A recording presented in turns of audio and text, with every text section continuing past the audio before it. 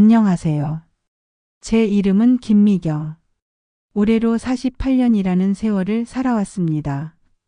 제 인생은 마치 굽이진 강물 같았어요. 때로는 잔잔하게 흐르다, 때로는 거친 여울을 만나기도 했죠. 특히나 19살 어린 나이에 덜컥 엄마가 되고 가정을 꾸리면서부터 제 삶은 남들보다 훨씬 더 역동적이었습니다. 고등학교 3학년, 한창 친구들과 떡볶이 먹고 좋아하는 아이돌 이야기하며 깔깔거릴 나이에 저는 임신을 했습니다. 당시 남자친구이자 훗날 남편이 된 김진성 씨와는 그저 풋풋한 연애를 하던 사이였죠. 철부지 고등학생이었던 저에게 엄마가 된다는 것은 상상조차 할 수 없는 일이었습니다. 부모님의 불호령과 세상의 따가운 시선 속에서 저는 결국 결혼을 선택했습니다. 진성 씨도 저와 크게 다를 바 없었습니다. 1살 많은 오빠였지만 그 역시 사회 경험이 전무한 핏덩이에 불과했죠. 변변한 직업도 없이 아르바이트를 전전하며 신혼집이라 불리기도 민망한 단칸방에서 신혼생활을 시작했습니다. 어린 나이에 시작한 결혼 생활은 녹록지 않았습니다. 사랑만으로는 채워지지 않는 현실의 벽은 너무도 높았고 견고했습니다. 진성 씨는 책임감이 강한 사람이었지만 가장으로서의 무게는 그에게 버거웠을 겁니다. 저는 세상 물정 모르는 철없는 아내였고요. 하루가 멀다 하고 싸웠습니다. 사소한 오해로 시작된 다툼은 서로에게 깊은 상처를 주는 말들로 이어졌고 급기야 물건을 집어던지거나 문을 쾅 닫고 나가버리는 일도 허다했습니다. 지금 생각해보면 서로 너무 미숙했던 탓이었습니다.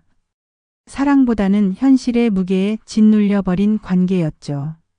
아들 이준호는 그런 저희 부부의 싸움을 지켜보며 자랐습니다. 어린 아들이 눈치 보며 불안해하는 모습을 볼 때마다 제 마음은 찢어지는 듯 아팠습니다. 하지만 어떻게 해야 할지 몰랐습니다. 저 역시 감정적으로 미성숙한 엄마였으니까요.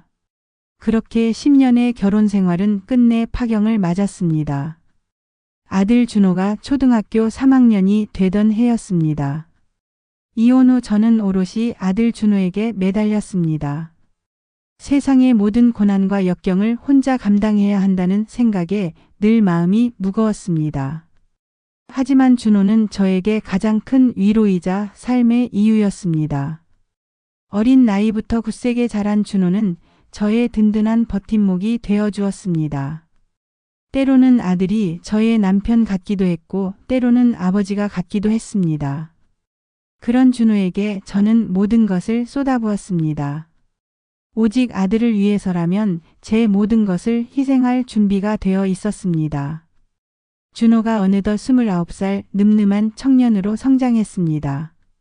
번듯한 직장에 다니며 어엿하게 사회생활을 하는 아들을 보며 저는 가슴 벅찬 행복을 느꼈습니다.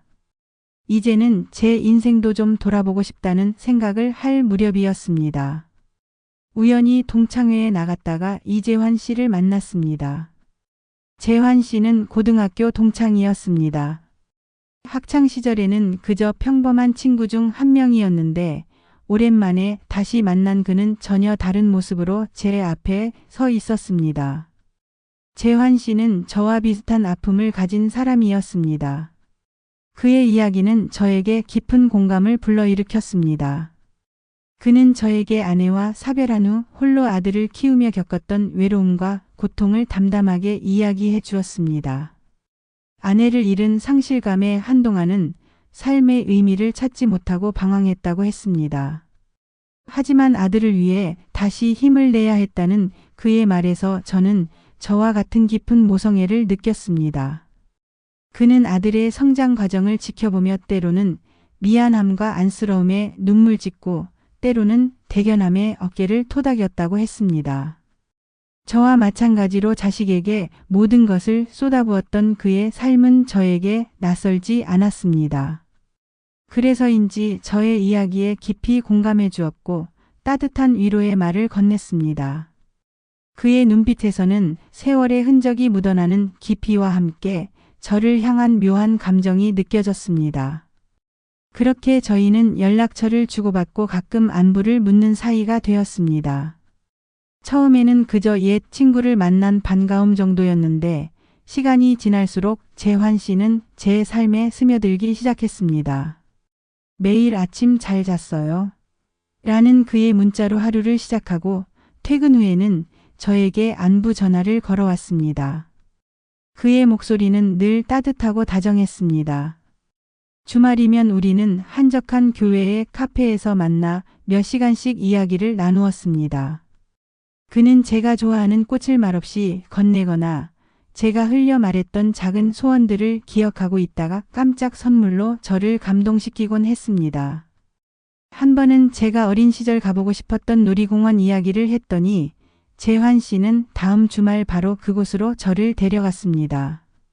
줄 서서 기다리는 동안에도 그는 제 손을 꼭 잡고 놓지 않았습니다. 롤러코스터를 탈 때는 제가 무서워할까봐 손을 잡아주고 귀에 대고 괜찮아, 내가 옆에 있잖아라고 속삭여 주었습니다.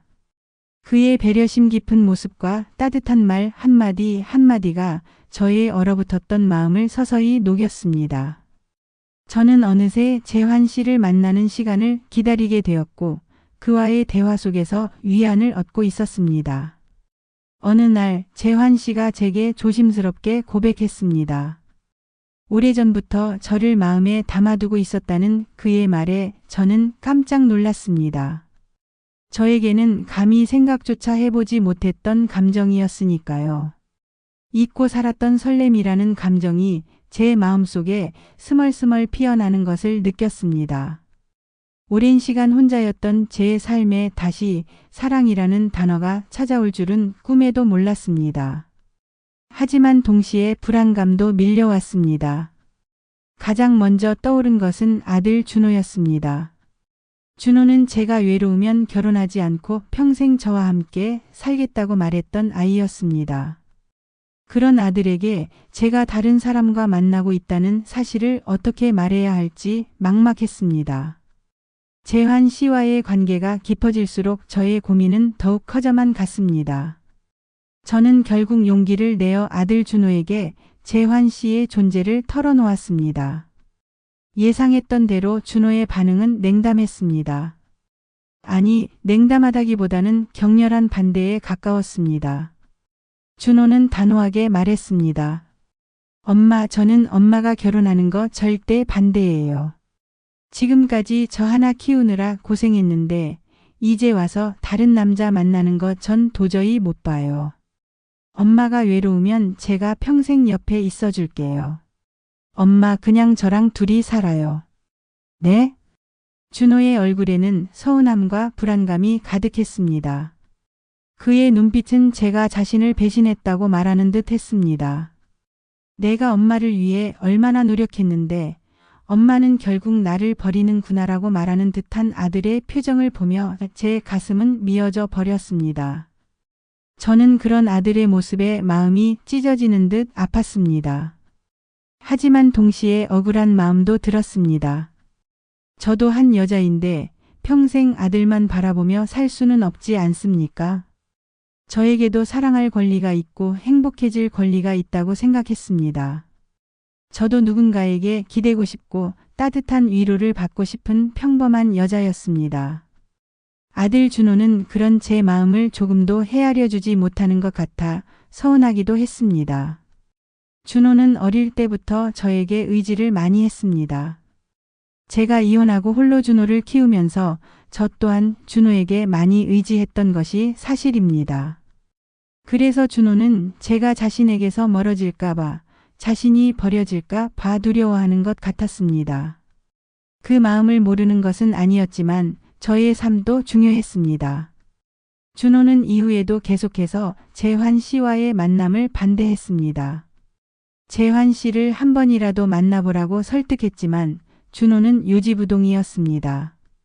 제가 재환 씨를 만나러 나갈 때면 준호는 일부러 제 앞에서 아픈 신용을 하거나 집안일을 핑계대며 저를 붙잡으려고 했습니다.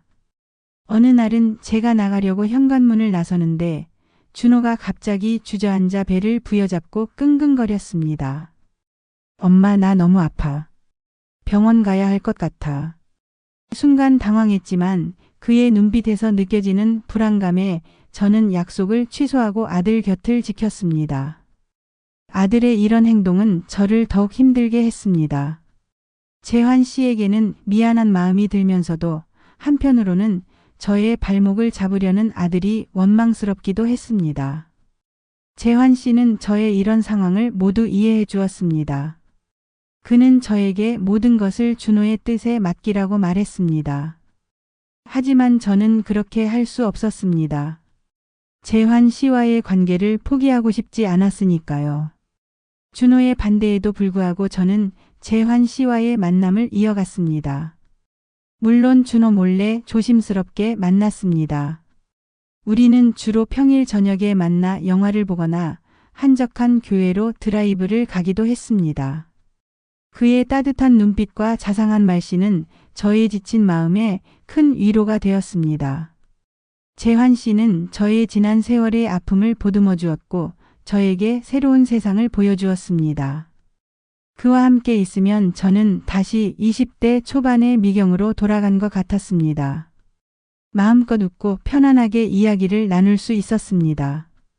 어느 날 저녁 재환 씨와 저는 한적한 레스토랑에서 저녁 식사를 하고 있었습니다.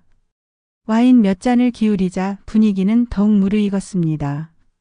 우리는 서로의 눈을 바라보며 지난 세월의 회한과 앞으로의 희망에 대해 이야기했습니다. 문득 재환 씨가 제 손을 잡았습니다. 그의 손은 따뜻하고 든든했습니다. 그 순간 저는 알 수 없는 감정에 휩싸였습니다. 오랫동안 잊고 살았던 뜨거운 감정들이 제 안에서 폭풍처럼 휘몰아쳤습니다. 재환 씨는 저를 그의 집으로 데려갔습니다. 그의 집은 아늑하고 따뜻했습니다. 우리는 거실에 앉아 이야기를 나누다 자연스럽게 서로를 끌어안았습니다. 그의 품은 포근했고 그의 숨결은 뜨거웠습니다. 우리는 서로의 체온을 느끼며 격렬하게 키스했습니다. 그날 밤 우리는 모든 것을 초월한 사랑을 나누었습니다. 육체적인 끌림뿐만 아니라 정신적인 교감까지 완벽하게 이루어진 하룻밤이었습니다. 마치 젊은 시절의 열정적인 연인으로 돌아간 듯한 착각마저 들었습니다. 따뜻한 조명이 감도는 방 안에서 그의 부드러운 손길은 저의 얼굴을 어루만졌고 그의 눈빛은 저에게 온전히 집중되어 있었습니다. 오랜 시간 외로웠던 제 마음속 깊은 곳까지 그의 사랑이 스며드는 것을 느꼈습니다. 저는 그의 품에 안겨 세상의 모든 시름을 잊고 평화롭게 잠들었습니다. 하지만 새벽녘 잠에서 깨어나 그의 옆에 누워 있을 때 밀려오는 죄책감과 불안감에 잠 못 이루기도 했습니다. 아들 준호에게는 차마 말할 수 없는 비밀이 생긴 것이니까요. 이 행복이 과연 괜찮을까 하는 생각에 가슴 한구석이 계속해서 시큰거렸습니다.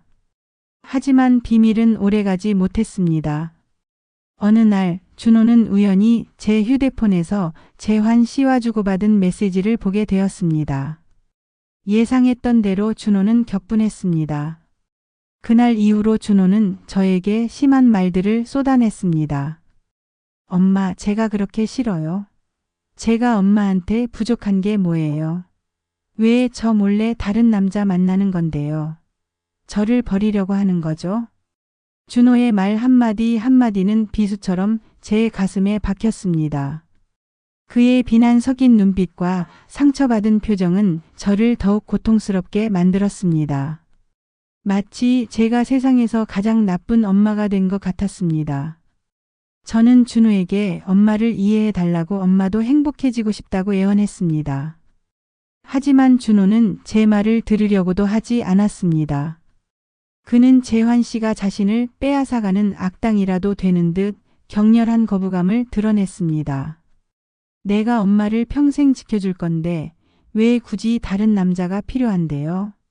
라고 소리치는 준호의 모습은 어린아이처럼 울고불고하는 모습이었습니다.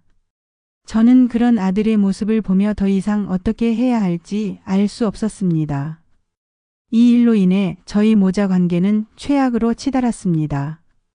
준호는 저와 말도 하지 않고 저를 투명인간 취급했습니다. 저는 이 모든 상황이 너무나 힘들고 고통스러웠습니다. 한쪽은 저의 새로운 사랑, 다른 한쪽은 저의 전부인 아들. 둘 중 어느 것도 포기할 수 없었습니다. 저는 이러지도 저러지도 못하는 상황 속에서 밤낮으로 눈물만 흘렸습니다. 재환 씨는 저의 이런 상황을 안타까워했습니다. 그는 저에게 더 이상 부담을 주고 싶지 않다며 잠시 거리를 두자고 말했습니다. 그의 말에 저는 더욱 절망했습니다. 재환 씨마저 저를 떠나면 저는 정말 혼자가 될 것 같았습니다. 그의 목소리에서는 저를 향한 미안함과 함께 안타까움이 묻어났습니다.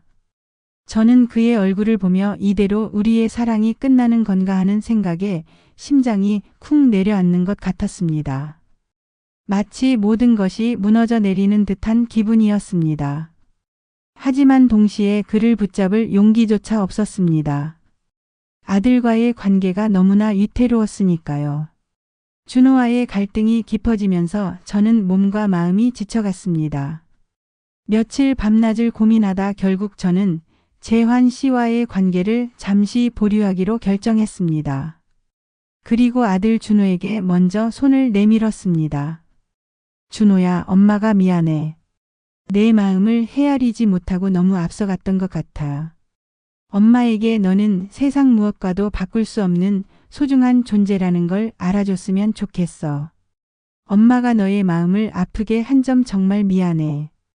처음에는 제 말을 들으려고도 하지 않던 준호도 시간이 지나면서 조금씩 마음을 열기 시작했습니다. 저는 준호에게 저의 진심을 보여주기 위해 노력했습니다. 아들이 좋아하는 음식도 만들어주고 함께 시간을 보내며 대화를 시도했습니다. 그리고 무엇보다 중요한 것은 준호의 이야기를 들어주는 것이었습니다. 준호는 제가 재혼하면 자신이 혼자 남겨질 것이라는 불안감, 제가 자신보다 다른 사람을 더 사랑할 것이라는 두려움을 가지고 있었습니다. 저는 준호에게 엄마의 사랑은 변치 않는다는 것을 거듭 강조했습니다. 그리고 재환 씨와의 관계가 준호에게 어떤 영향을 미치지 않을 것이며 오히려 제가 행복해지는 것이 준호에게도 좋은 일이라는 것을 차분하게 설명했습니다. 물론 준호가 당장 저의 말을 모두 받아들이지는 않았습니다. 하지만 조금씩 변화하는 모습이 보였습니다. 예전처럼 격렬하게 반대하지는 않았고 가끔은 저의 이야기를 들어주기도 했습니다. 저는 이것이 작은 시작이라고 생각했습니다. 저는 재환 씨에게도 준호와의 관계 회복을 위해 노력하고 있다고 솔직하게 이야기했습니다. 재환 씨는 저의 결정을 존중해 주었고 기다려 주겠다고 말했습니다. 그의 배려에 저는 큰 감동을 받았습니다. 저는 여전히 아들 준호와의 관계 회복을 위해 노력하고 있습니다. 쉽지 않은 길이라는 것을 잘 알고 있습니다. 하지만 저는 포기하지 않을 것입니다. 아들에게 저의 진심을 보여주고 아들이 저의 새로운 사랑을 이해하고 받아들일 수 있도록 최선을 다할 것입니다. 그리고 재환 씨와의 관계도 소중하게 이어갈 것입니다. 사랑은 나이를 불문하고 찾아오는 선물이라고 생각합니다. 뒤늦게 찾아온 사랑이지만 저는 이 사랑을 지키고 싶습니다. 아들의 반대라는 큰 산을 넘어야 하지만 저는 이 사랑을 통해 더욱 행복해지고 싶습니다. 여러분은 어떠신가요? 여러분의 삶에도 혹시 저와 비슷한 고민이 있으신가요? 사랑과 가족 사이에서 갈등하고 있다면 여러분은 어떤 선택을 하시겠어요?